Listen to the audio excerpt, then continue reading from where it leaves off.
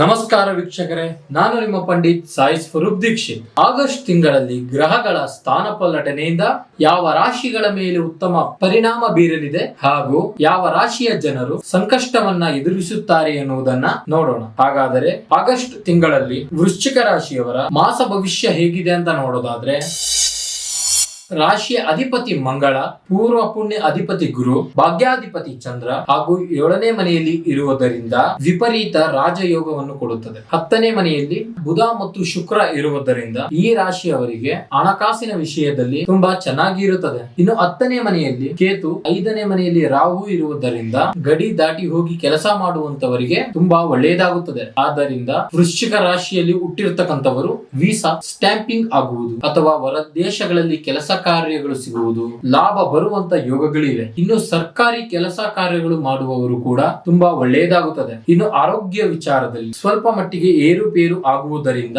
ಸಾಧ್ಯವಾದಷ್ಟು ಎಚ್ಚರಿಕೆ ವಹಿಸಬೇಕು. ಆದಷ್ಟು ದೂರ ಪ್ರಯಾಣವನ್ನು ಕಡಿತಗೊಳಿಸಬೇಕು. ಇನ್ನು ಕುಟುಂಬಕ್ಕೆ ಸಂಬಂಧಪಟ್ಟಂತೆ ಸ್ವಲ್ಪ ಮಟ್ಟಿಗೆ ಗಲಾಟೆ ಆಗುವ ಸಾಧ್ಯತೆ ಇದೆ. ಸಾಧ್ಯವಾದಷ್ಟು ವೃಶ್ಚಿಕ ರಾಶಿಯವರು ಶಾಂತ ರೀತಿಯಲ್ಲಿ ವರ್ತಿಸಿದರೆ ಒಳ್ಳೆಯದು. ಸಾಧ್ಯವಾದಷ್ಟು ವೃಶ್ಚಿಕ ರಾಶಿಯವರು ಈ ತಿಂಗಳಲ್ಲಿ ಯಾವುದಾದರೂ ವ್ಯವಹಾರದಲ್ಲಿ ಬಂಡವಾಳ ಹೂಡುವುದಾದರೆ ಸ್ವಲ್ಪ ಮಟ್ಟಿಗೆ ಯೋಚಿಸಬೇಕು. ಇನ್ನು ವಿದ್ಯಾರ್ಥಿಗಳಿಗೆ ಈ ತಿಂಗಳು ಶುಭ ಫಲವಾಗಿ ಸಾಧ್ಯವಾದಲ್ಲಿ ನೇರವಾಗಿ ಭೇಟಿ ನೀಡಿ. ಧನ್ಯವಾದಗಳು. ಜೈ ಜೈ ಸಾಯಿ ನಮೋ ನಮಃ ಸದ್ಗುರು ಸಾಯಿ.